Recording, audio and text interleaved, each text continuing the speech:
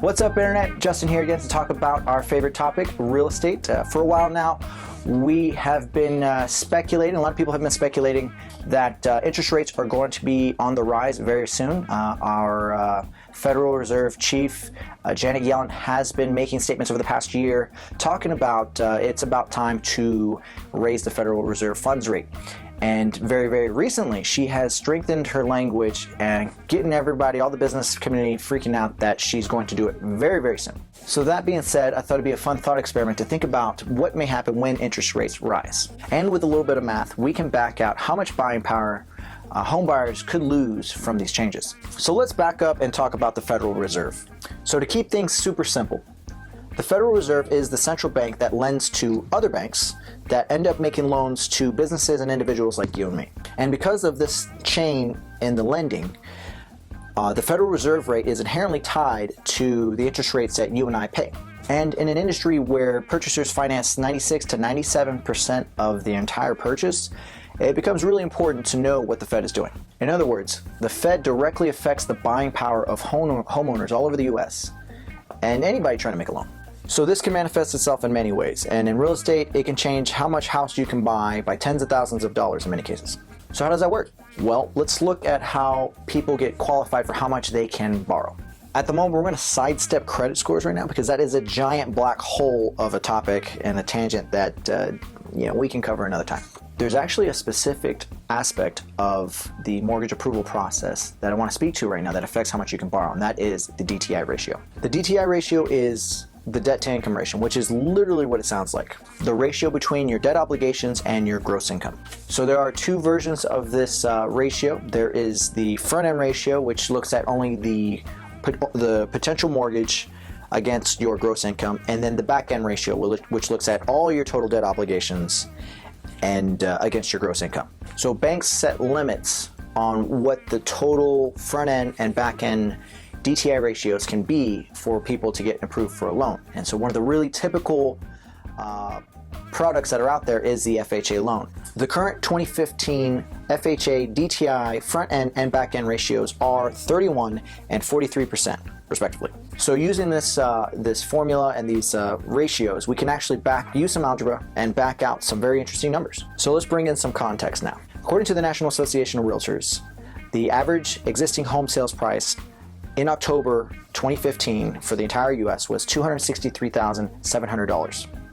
And interest rates for 30-year mortgages were going for just under 4%.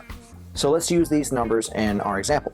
For a $264,000 house, assuming 5% down payment, the pity payments, the principal, interest, taxes, and insurance for that home would be around $1,800 a month. And so taxes and insurance, you're just going to trust me, I'm using relatively typical numbers for those, and they round out to about $1,800 a month.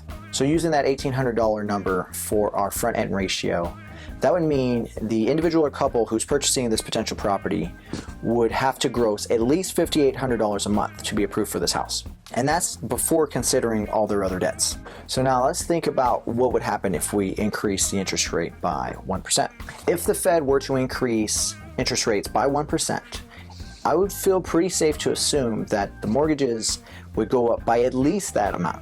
So let's use that limit to describe a typical buyer. So right now we know that a individual or couple grossing $5,800 a month with a 4% interest rate, mortgage interest rate, they would be able to be approved for a $264,000 purchase, 5% down payment assuming.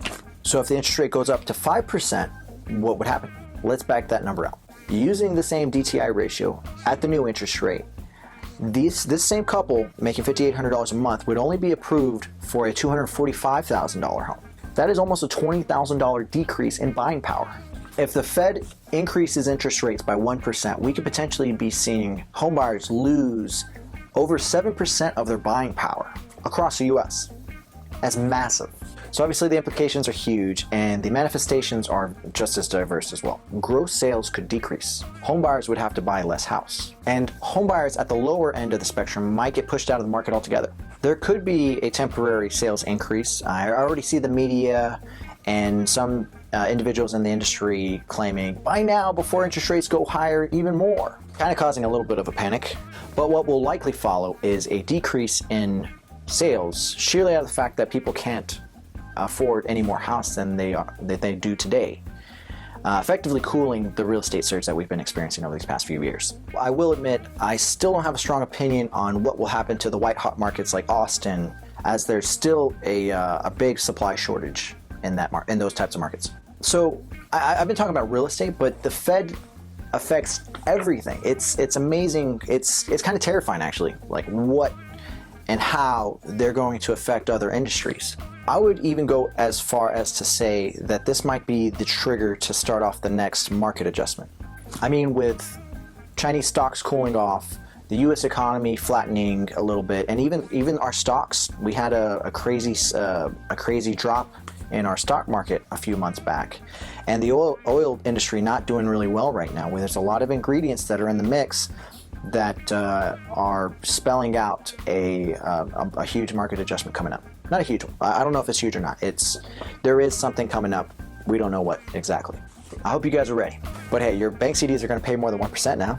I hope you guys realize the economic era that's coming to an end right now. This is unprecedented, what has occurred over the past decade. The fact that our banking system has basically given out free money for almost a decade. That's crazy. Anyways, guys, if you liked our video, please subscribe to our channel. Let me know what you think, and if you have any questions, shoot them my way. Thanks. Oh, cool question.